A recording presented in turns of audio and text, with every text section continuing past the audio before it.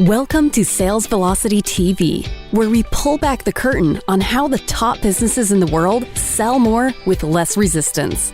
Bringing over 50 plus years of combined sales experience and over 100 million in revenue generated, please welcome the hosts of Sales Velocity TV and two incredibly entertaining gentlemen, Andrew Cass and Aaron Parkinson.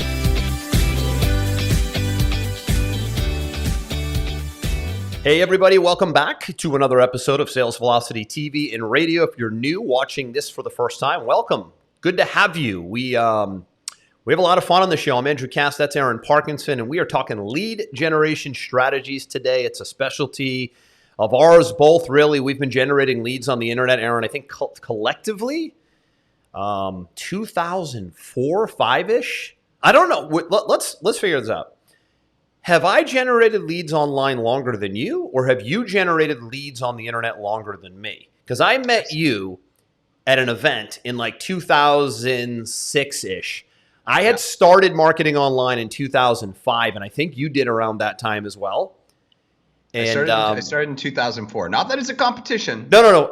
We're keeping score, right? We're keeping score. It's 2004. All right, so you got me beat a little bit, which is fine. But the point we're trying to make is we have successfully generated leads from the internet before social media, before Google was a publicly traded company. So there was only one search engine. It was called Yahoo Overture. That was my first search engine. Me too. My first PPC ad was on Yahoo Overture. So picture a world now, guys, Aaron, right, where there is no social media, there is no video, there's no YouTubes, there's no TikToks, there's no social media. There's only like a search engine or two. And if you want to market online, everybody's essentially like back in the day going to the one TV network to run their commercial. We're going to the one search engine to run our ads. So for those of you that read my book, Sales Velocity, I talk about this in my book. Quickly, I'll mention it.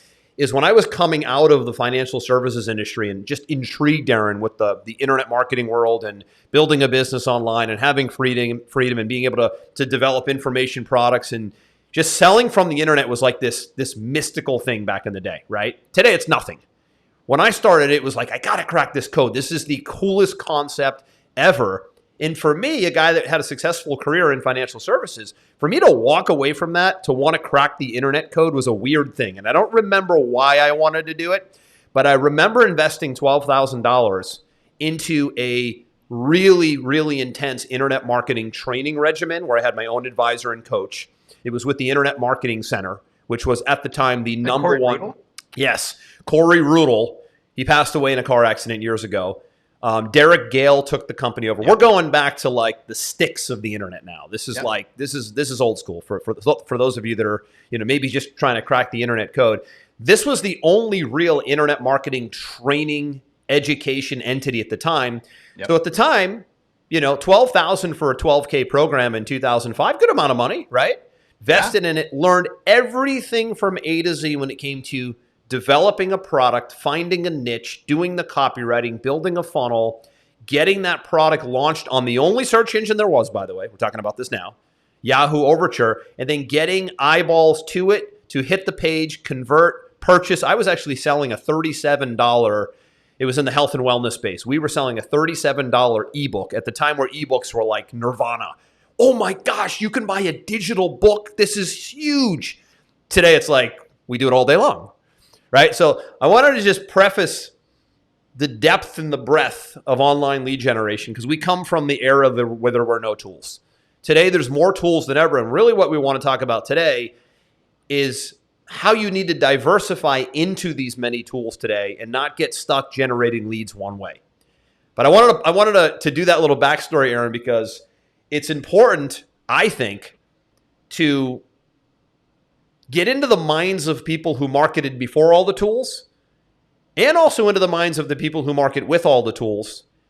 And I always go even further back and I go, listen, if somebody could even sell before the internet, you look at the old copywriters like the Gary Halberts and the Dan Kennedys of the world that would put a letter in the mail and send it to a prospect, and that prospect would have to open it and read it, call a phone number, or put a check in the mail. Can you imagine how good the copy must have had to been to get someone to go through all the... Today we just click a link, we go, we buy, done.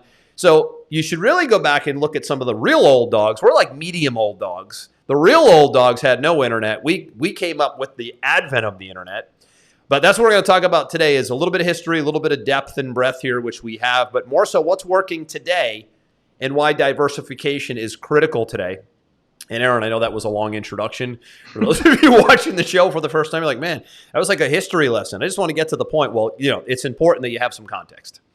Yeah, my first product I bought was pre-internet, and it was a program I saw on television. Oh, TV infomercial? Yeah, and the product was called Tiny Little Ads, and I can't remember the name of the guy. He passed away. I think I know who you mean. Don Lapre? Don Lapre, was it? Yeah, I think maybe. Don Lapre? Yeah, like, you can make money with little tiny classified ads. Yeah. He was like also passionate, right? Yeah, I was 16 years old. I mean, and I don't even know how I had money. I mean, I had a job, but I'm trying to think of like how I bought it. How did I have money? I borrowed. Like, I'm trying to get a check. Process, right? And you probably had to write a check and send it in. Yeah, I can't remember. Like, it just seemed it would have been so complicated because I would have had a bank account, but like I would have had to. How did I pay for it? I don't know. Yeah, I know what you mean. But yeah, I ran tiny little classified ads to see if it would work. Made a little money. Mm-hmm. And then when the internet came, I thought, ooh, I could leverage that into this, and yeah, I mean, I was selling a $2,000 program online in 2004. And you, if you remember this, Andrew, like, to make sure that I wasn't talking to unqualified people, I had a button that said, do you have $2,000 because I went to a call, right? Do you have $2,000 you can afford to spend on this product today? Yes or no? And if they clicked yes, they got to book a call with me on the phone, not on a Zoom, right? And if they clicked no, I sent them to the world's largest job website. That's how immature I was. 2004. That's how immature I was. I love it. I sent them to monster.com. That's classic. I was just, that's how immature I was. I was like in my mid-20s. That's right? great. So, yeah, we've been doing this a very long time. You did ask me about my chair. Oh, yeah. So I noticed that you look like you're in a racing car today. So for those of you watching the show live, salesvelocitytv.com, you can see all our shows live. We start with video always, by the way. And then we cut it up into audio, but that thing looks super comfortable. Jeez, I thought my chair was comfortable. This is one of those ergonomic deals. It's a gamer chair because my son is a big online gamer. He holds a bunch of world records and different games and stuff like this. And he came in the other day and he made fun of me. He said, you know how people know that you're old, Dad? That you got one of those crappy office distribution chairs. Staples special for $150? Yeah, he's like, dude, grow up and get a real chair. Right? Because he's got a gamer chair, which he asked for Christmas. And nice. I went and sat in it. And I was like, man, this is exponentially more comfortable than the chair I have. And yet I'm the one making all the money in this house. It's almost too comfortable, right? That thing, or no? It's perfect. You know what? It's not as like, it doesn't have as big as a bend in the spine, which I find is over accentuated in those office chairs. Yeah. It's got like rotating arm handles and all sorts of. I mean, this thing can actually lay full backwards if I wanted to. You could take a power nap in that thing at the right incline. I could, right? Yeah. And so, ever since I got it, I feel more energized and I feel way better. Really? So I will optimize all things, but apparently I had forgot to optimize my chair. So now my chair is optimized. Well, good for you. It's outstanding. Good for you. Where were we going with this, man? I mean, can we generate leads with chairs today? I mean, can we amp up lead generation with the right gaming chair? You said I want to talk about your new chair on the show. Now you know why I have a new chair. Yeah. And your chair sucks. I'm looking at it right now. Oh, no.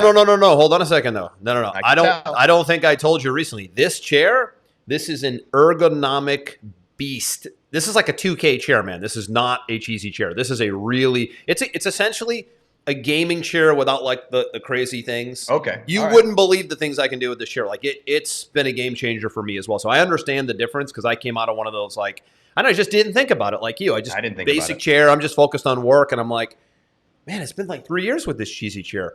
Get a good chair. And this is one of those like relax the back. They fit you in it. I went through the whole custom ship, took a month. I mean, just take it all back. Just take it all back, please. Just take it back what you just said, please. I take it back. Just take it back. It looked from the top part. I was like, oh, it's one of those. This looks cheesy. Do you look at this thing? It's like it just looks standard. Oh no, it looks basic. It looks like it looks. You know what? When you actually come into the office, like you should, you're due for a trip. I'll let you sit in it. Okay. Okay. All right. But anyways, let's talk about lead gen strategy. Listen, let me say one thing. So once a month, I have a private client group here in Florida that I work with. Ranges anywhere from 4 business owners to 8 business owners at any given time. And they're all over 7 figures in business. It's my monthly mastermind group.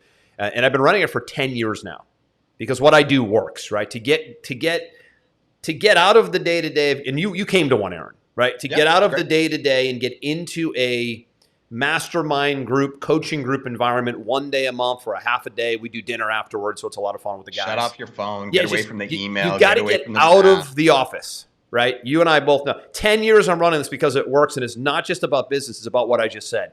Getting out of the office so you can get separate sets of eyes on things, and you can get in an environment where you can think and not be distracted. That's pretty much what I facilitate. And yesterday I had the group in, and the whole topic was on lead generation and really looking at where do you get the bulk of your leads from now? You have to know that. So like if I said to you, the listener or viewer, what's your number one lead source? Obviously, you should know that, right? Is it referrals? Is it Facebook? Is it Google?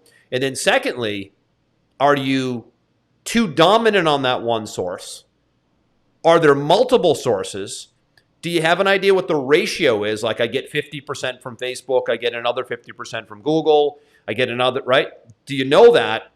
And if not, you need to. And then the third piece is where else, and we'll talk about this today, where else can you and should you be, right? Like you know you need to get into another form of media. It could be TV, could be radio, could be TikTok, whatever. We're going to talk about that here today. So really the goal here, everybody, is let's talk about the importance of a balanced portfolio, a diversification of lead source approach because, and I'll let you mention the Facebook debacle.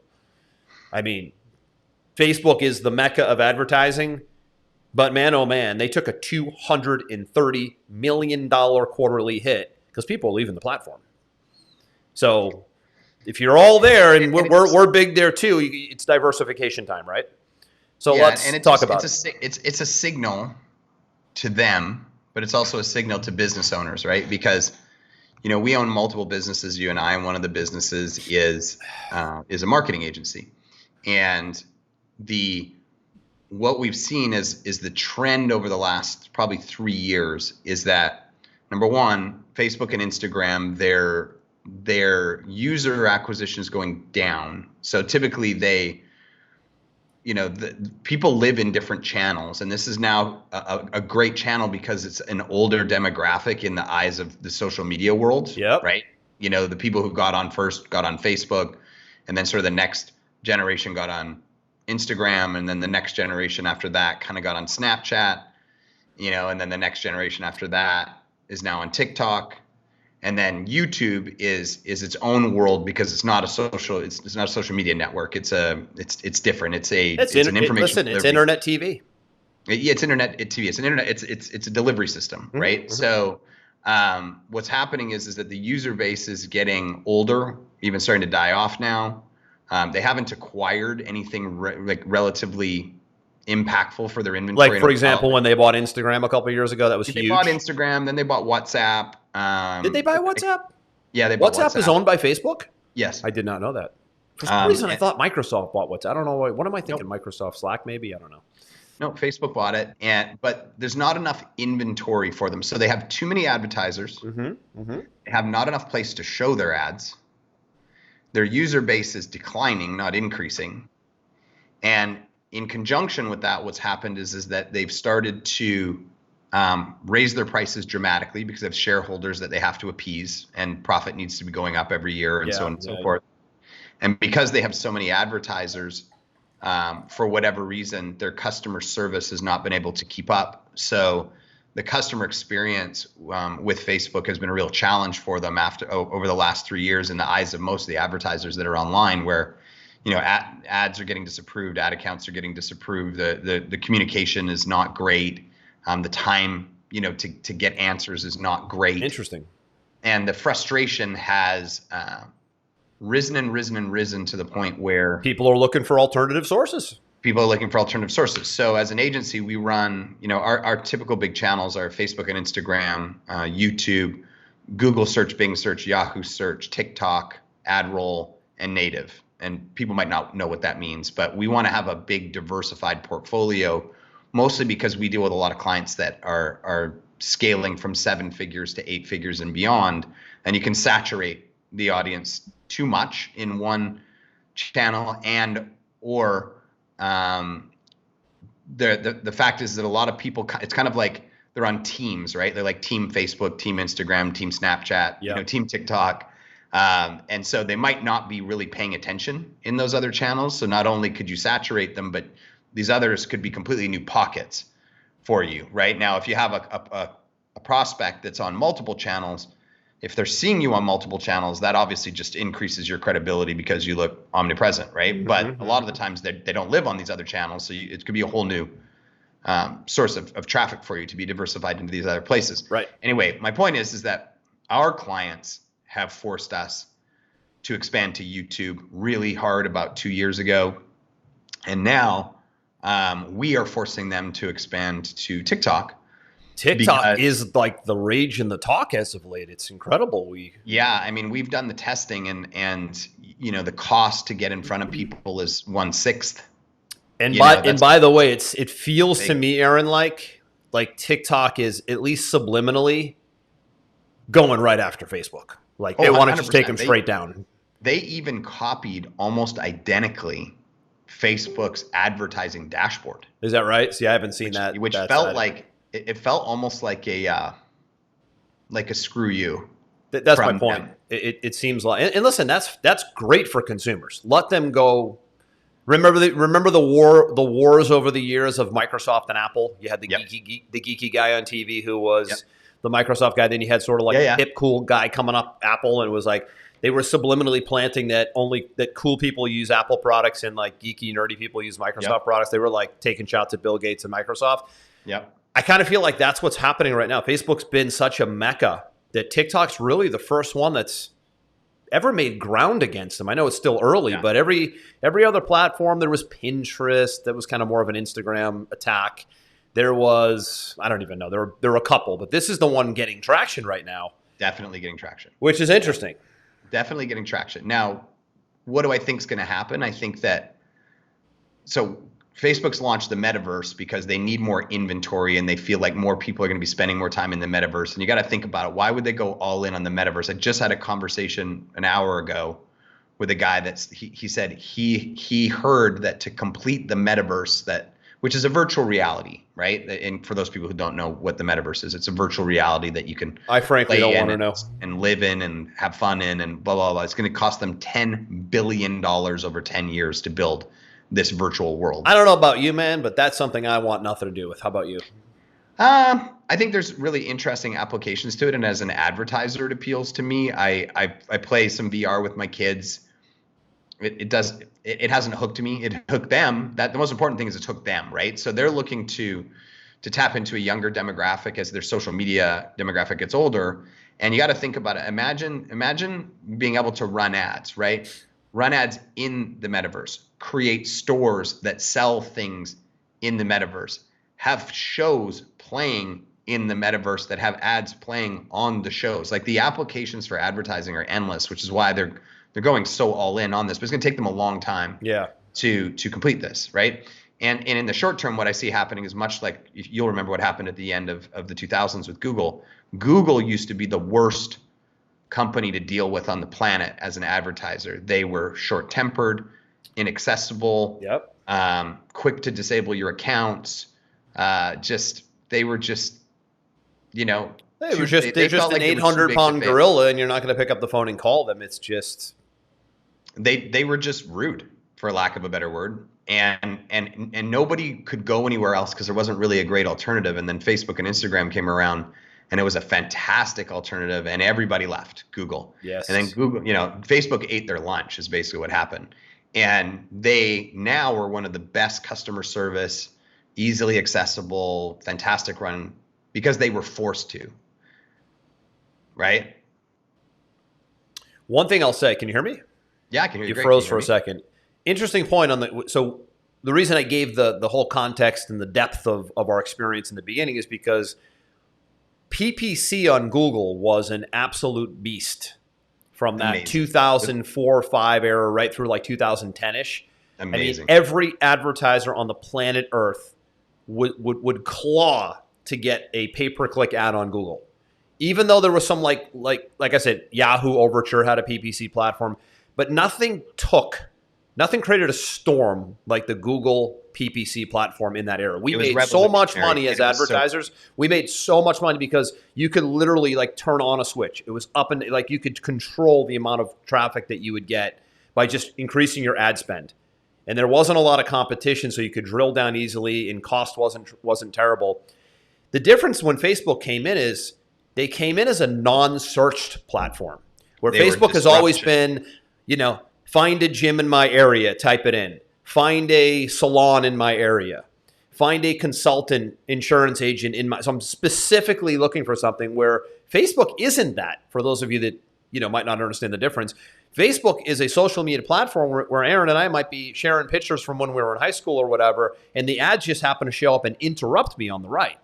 So the interesting thing about Facebook is people didn't really know if it was going to work because it was more like a newspaper than it was a search-based ad where the ads would just show up and if you're interested, great. But the targeting that came into play once they developed and once they actually had the community and they chunked down on what people's interests were, now all of a sudden, you and I both know we can run ads on Facebook and Instagram that only go to people who are yoga enthusiasts, weightlifters, football players, insurance agents, right? That's not the case with Google, right? So talking about diversification right now, you really should have a presence on search-based Google where somebody puts in keywords that make sense to what it is that you offer. And also the ability to be able to target these little micro demographic groups that live on Facebook and Instagram is an amazing 1-2 punch right now. So as a business owner listening, do I have some search-based presence? Google,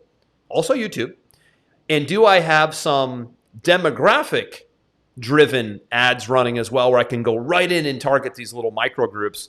And if your answer is no to both, you probably don't have many leads coming in, and today's a lead generation conversation. If your answer is yes to both, you're in the right arenas, and that's great to have that 1-2 punch, that diversification. We're going to talk about a few more options today, but those tend to be the big two, Aaron. You see this more than I do. You're more on the traffic side. I'm more on the sales funnel side of things. But Facebook and Google, if you crack those two alone, remember, that's a 2X. What a lot of people don't know is when you're on Google, it's Google and YouTube. When you're on Facebook, it's Facebook and Instagram.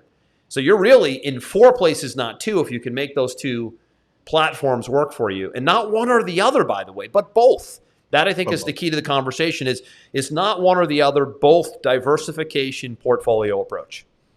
Yeah, and the thing with Facebook and Instagram is it's disruptive advertising, right? And so you can put it in front of so many more people, where Google search, for example, there's only so many terms they're putting in, right?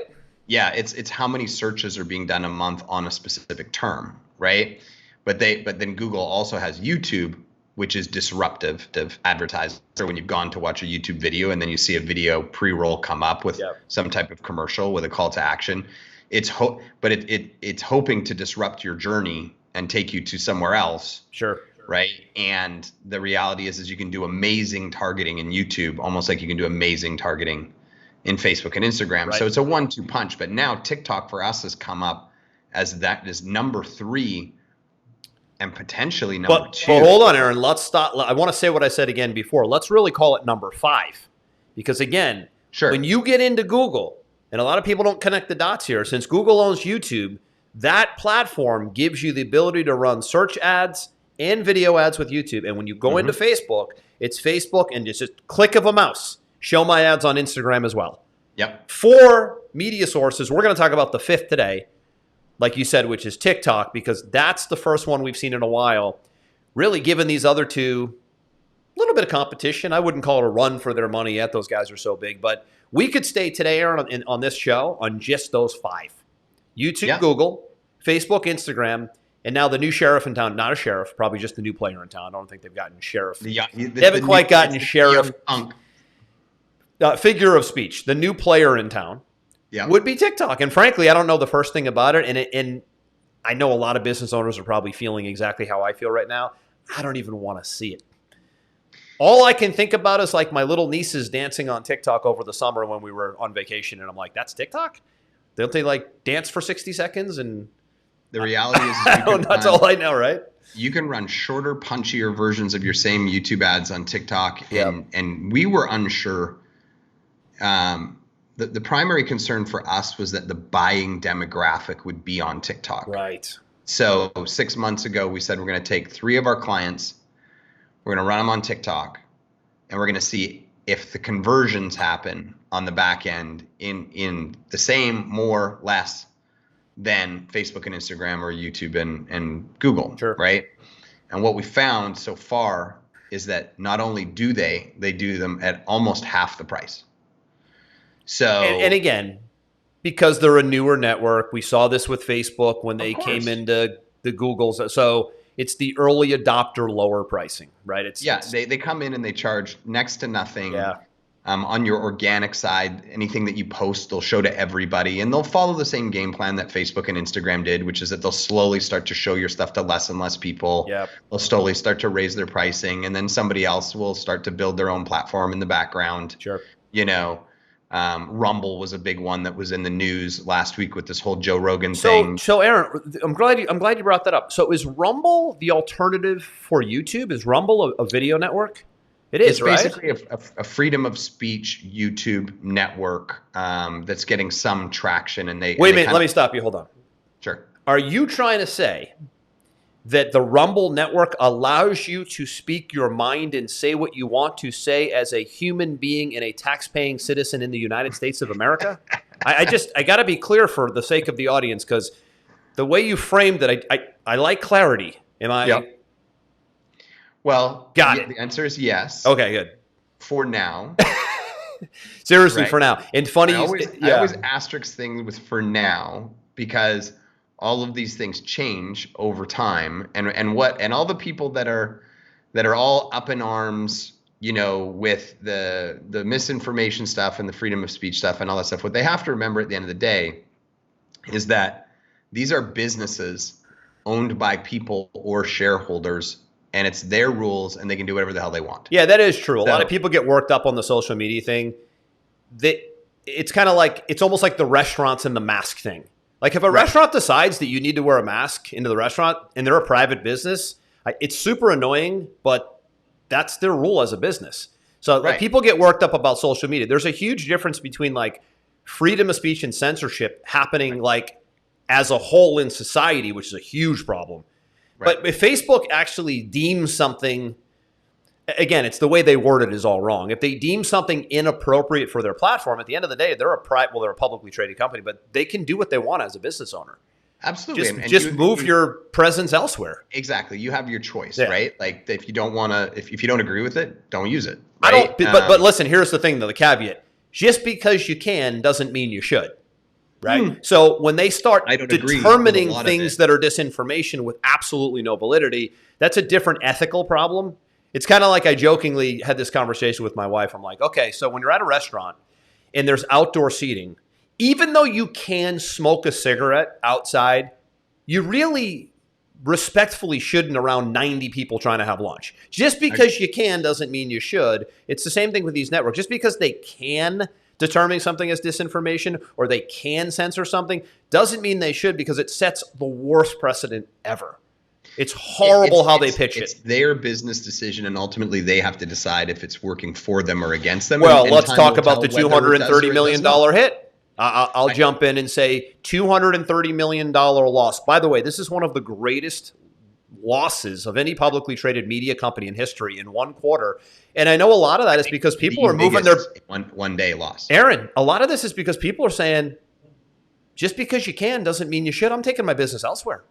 I think it's a combination. I think it's a combination of that. I think it's a combination of decreasing user base, of definitely decreasing advertiser base. A lot of frustrated advertisers are going away. And they're going to have to make some, understand, a big part of my business comes from Facebook. So, I want them to do well. And I think that the market will drive them to do well and make some internal changes on user experience and these other things so that you don't continue this slide. But it happened to Google too, right?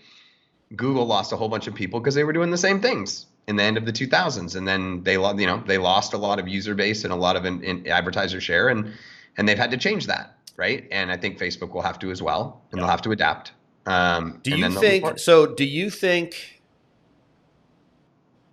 So if you guys don't know Aaron, he's so deep in the Facebook, Instagram ads game. That's his specialty, right? He has an agency carve it out for this, right? So nobody sees it at a more internal level than he does. So important question is, do you think Facebook gets concerned about the $230 million? By the way, this was advertising media loss. This was like This is how they exist on advertising revenue. They get a $200 million plus advertising loss that they were not expecting, by the way. Do you think it makes them go two things? Do they lighten up on their BS fact-checking censorship thing, or do they make ad inventory easier to get? Is it a combination of the two? Because I feel like it's a storm hitting them right now. It isn't just. Yeah, I think that if you're inside the war room with the decision makers that be, it is massive red alerts. Oh yeah, off. Yeah. And you're evaluating every piece. Like you're evaluating perception from the users. Maybe it's all of this, the frustration around fact checking and conspiracy theories. Absolutely, and man. Communication. I think you look at the customer service level that the advertisers have been complaining about for 3 years. Sure. I think you look at the inventory. How do we open it up? Maybe bring the cost down a little bit. Other people are cheaper. I don't think any options off the table, because you got to remember this is a publicly traded company, and when a publicly traded company loses that much money in one day, guess who they're going after? They're going after the CEO. They are. It just happened to Peloton. The Peloton bikes. Yep. Mm-hmm. Peloton had that run during COVID. Everybody buying these bikes, and then they just trailed off. They weren't able to adjust to the non-lockdown life. Nope. And the shareholders voted the CEO out this past week. Yeah, and that could happen with Zuck. Oh God, people would love that, wouldn't they? With Steve Jobs. I don't think he has a high likability rating. No, he doesn't. So that would be probably welcome news to the public, if I had to guess. Right, but you got to remember he's also much like Steve Jobs, the originator, the creator, the formulator, the idealist, the visionary. Right, but I would disagree to a point, because the difference between Apple and Facebook is a social media platform. They don't roll out new products. They don't innovate. But Apple and Steve Jobs, they were an innovation machine. And Steve Jobs was coming to the table every 6 months on stage with his jeans and his black T-shirt with something new, whether it's a new iPad, new iPhone, new Mac. And it was like, man, how do these guys just keep? So there was a little bit of a difference, because there was the development of new things, which you don't see that in Facebook. Zuckerberg isn't coming out and going on stage and saying, "Hey, today I'm going to introduce a new level." Like the metaverse the metaverse was the only 3 months ago and said, "I'm going to build a virtual world." But Aaron, to my point, this is the only launch type thing they've ever done as a company. Agreed. Jobs was in launch mode like 3 times a year. He was a machine. Yeah, no, I agree with you completely on the difference, but he is still the visionary, right. And I actually think that's part of the stock loss too. Is I think that the investors are a bit worried of, like, they don't really have a lot of clarity around the metaverse, and there was this quick decision to rebrand everything, and I think maybe they're wondering if they're taking their eyes off the ball, and then all of a sudden the financials aren't good, and that's Listen, a lot of things in there. It brings me to a really important point about lead generation, and you and I talked about it pre-show when we were planning our outline, right? And I was talking about this yesterday in our meeting with my clients locally. Is what they did with the metaverse is what every business has to do. They've got to 2.0 it, 3.0 it. They've got to bring out something new and sexy on a somewhat regular basis, or they become irrelevant today. This is one of the things that people miss about Apple more than anything. There's two things. I've said this for years, and everybody's like, wow, I've never heard anybody put it that way. Two things with Apple. What I just said to you a second ago, constantly new releases. Every human being is wired to love new, sexy, modern, next level. The other thing they did that almost nobody did is they opened up physical brick and mortar locations in the worst downturn in tech. I was an investment banker at the time. This was when the NASDAQ went from 5,000 to 2,000 in like 6 months. Total tech crash. They're opening retail stores, which you see how that played out. Pound for pound, the most profitable per square foot retail space in the history of the world is Apple stores at this point. They were doing everything different than everybody else. This is why I love Steve Jobs so much, is because he was launching something new every 6 months from stage, always put on a big show, kind of like the circus, It's always a big circus, right? Circus Like model. Elon does. And they were opening up physical brick and mortar locations that you and I could walk into and get help with the Genius Bar. Great for the baby boomers who are not good with tech. You could play with the stuff. You could see it, feel it, touch it, demo it, and buy it. Nobody else did. They ran away in the computer tech and phone and iPad tablet space when they did all this. But the point I'm trying to make is, as a business owner doing lead generation, and you and I talked about it for our own company, and we're actually rebranding our company this month. Our company, Pipeline Pro, is the software, the sales and marketing software that powers this show. You hear us talking about it quite a bit. We're launching Pipeline Pro 2.0 in February, kind of like Facebook launched the metaverse in January. Why? Because we want to change things up, make things better, and launch it and share it with the world, because it gives everybody a whole new, brand new look into something they weren't looking at before. This is such an important point with lead generation, that if you're running the same free report offer for 3 years, if you're running the same webinar offer for 3 years, great if it's still working that long. That means you nailed it, number one.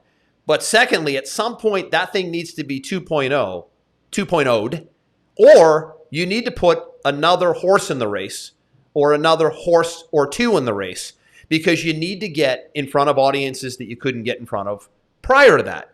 This is what Metaverse was. I'm glad you brought it up, because that's how they reinvent Facebook. It's almost like a distraction play. They've got to come out and give you something new and different to stay engaged.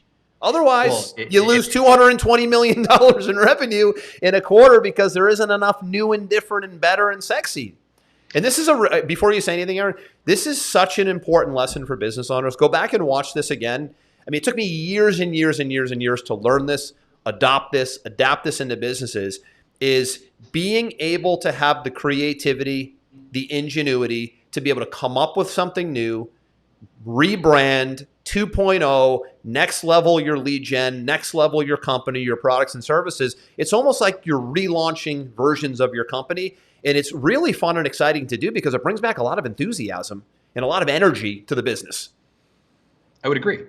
And I think that the purpose of this show today, which kind of went off in a couple of different interesting veins, because we like to talk about stuff, is that there is no limit to how many different things you can test from a lead generation perspective, not only from the actual outlet that you're testing it on, but also the different angles you could test it with, offering things to get information, or offering your product, or offering experiences, and we often talk about the digital side, right? But when we look at the digital side, we tend to talk about the big ones, right? The Facebook, Instagram, Google, sure, YouTube, TikTok. I mean, there's probably 100 more that we don't even dive into here. And then you've got offline, you've still got, radio, you've got satellite radio, you've got TV, television, man, good old fashioned TV. You got streaming services. People don't want to do print anymore, but because people don't want to do print anymore, sometimes you can get print really cheap, right? You can do direct mail. You can do outbound cold calling, and there's organizations that will do that for you. I mean, there's a million different ways to do it.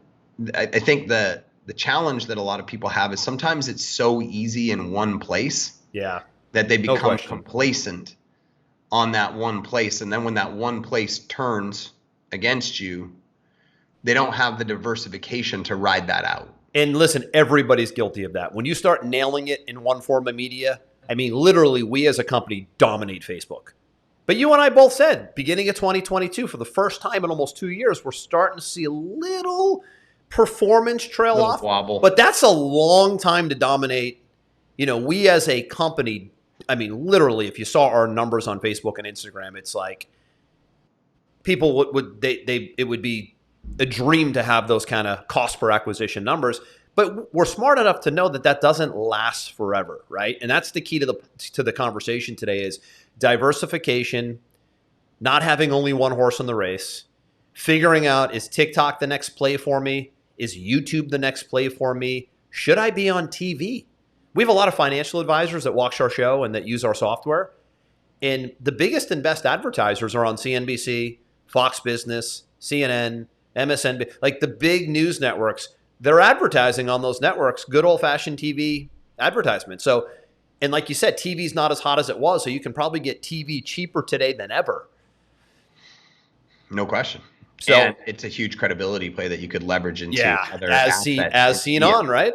Yeah. Mm-hmm. Clips from you on interviews on, CNBC or something like that are worth their weight in gold. Right. So, the goal of today wasn't to get into, you should have a free report funnel. You should have a webinar funnel. You should have a cheat sheet funnel, see my demo of my software funnel. Like that, the tactics of the funnel, it's obvious what's out there and what's working and what may work for your business. The real point of the conversation was, how can I make sure I don't unconsciously end up with all my eggs in one basket? How can I make sure that I have a balanced approach? And by the way, balanced approach could be just two. I mean, if you start dominating two sources, you have dramatically stabilized the business because you went from one to two. You've essentially made 100% move in the right direction to have diversified traffic. Just in my example in the beginning, if you had Google ads running and maybe some YouTube ads running, you got two forms of media there. And if you run Facebook ads, a lot of people don't know this, it's just one little extra click, Aaron, I think in the dashboard, to say show my ads on Instagram. You don't even have to log into a different place to have ads show on Instagram as well. So just be thinking about, how many lead sources am I exposed to? How many different media sources bring me leads? And I would have that audit with yourself. I only get leads from referrals. That's a very dangerous place to be. That may be you. Or I only get leads from my affiliates. Somewhat of a dangerous place to be. Or I only get leads from Google. Understand that and say, okay, the key here is, where can I go next? And it's just one place. It's not, I'm going to go deploy 5 forms of marketing. It's, what's the next one media source I can go next? Get in there, learn it, hire someone, find an ads manager, find a specialist. Had some guys in yesterday in my group, and they've hired someone on their team to go out and research everything they can about TikTok, by the way. So one guy in my group who's in the ad space, he said, I got one of my VAs.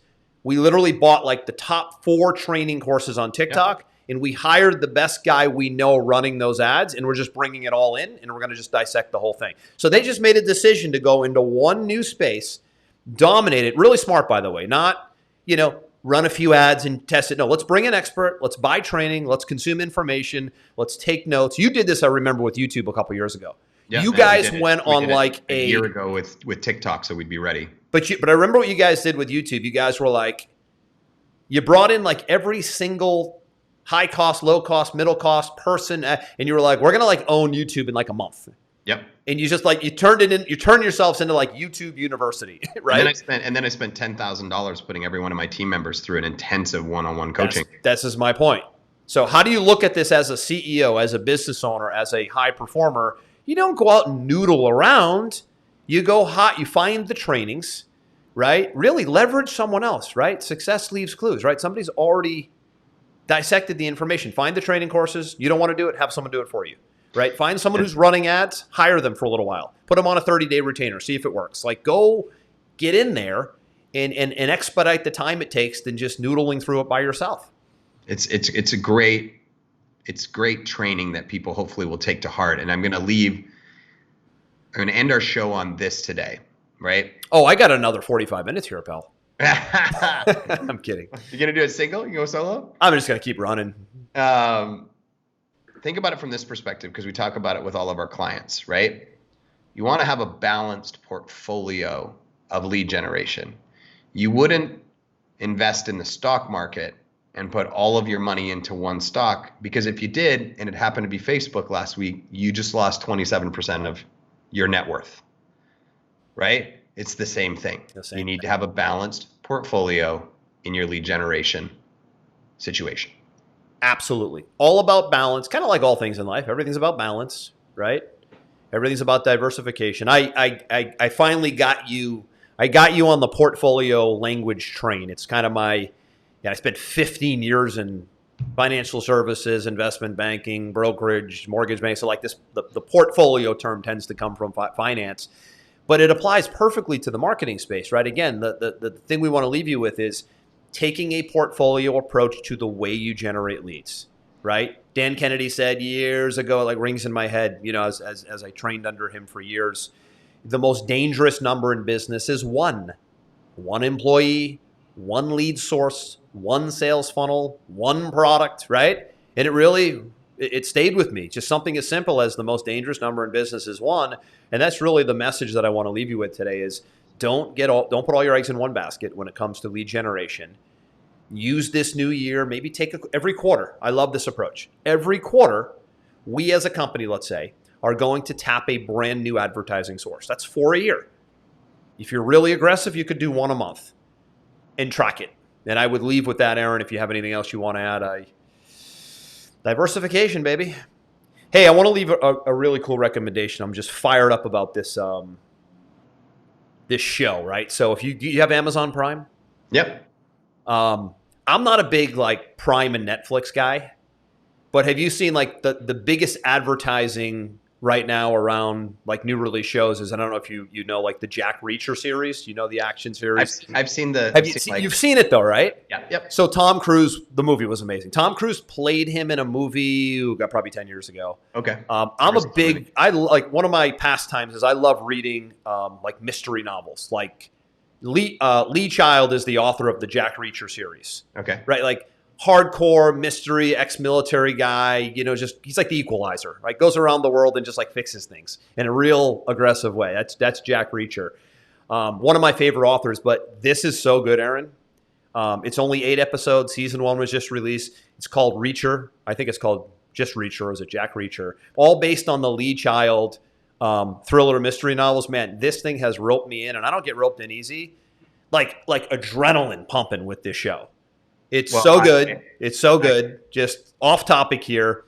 The new Reacher series. We can talk about whatever we want. Woo, I literally was forced by a friend of mine who's a huge sports guy. He said, you have to watch this series called Drive to Survive on Netflix. And it's about F1. And I said, I've never really got into F1. It doesn't really float my boat. He said, trust me. You will be entertained from start to finish, and you will instantly be a fan of F1, which is the second largest sport by consumption in Europe behind soccer.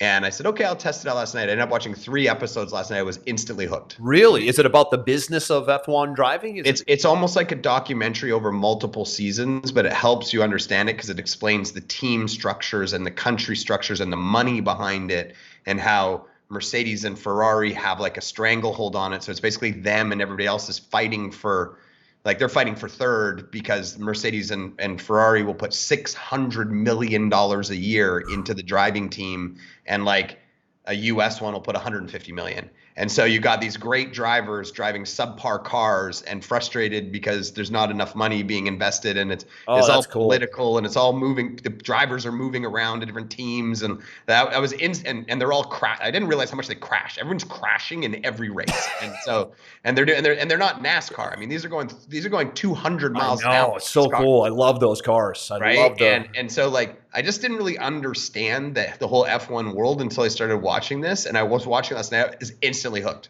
It was amazing. Awesome, man. So, hey, listen, 2 show recommendations, a little off track from lead generation, right? What was yours called again? Drive to Survive. Drive to Survive. Mine is the Reacher series that's like all over Amazon Prime right now. It's a big release, and it's just I'm excited to watch episode 8 tonight. I watched 7 episodes this week. So I look at it this way, Aaron. I get upset with myself. I go, okay, so I just wasted 7. I could have wrote a sales letter in 7 hours. This is why I don't do Netflix and I don't do shows, because I start to feel guilty.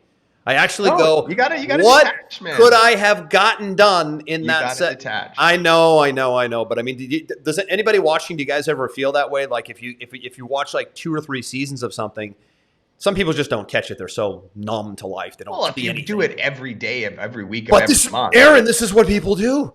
There are people who live for Netflix. They're in one series after another after another. I mean, you could learn a foreign language in the amount of hours they spent in a month watching Netflix, some people. I like watch a series or 2 over the course. I'm a big reader. I feel better if I took the 7 hours reading a full book. I would actually feel better if I read the Lee Child book, which is based on the Reacher series.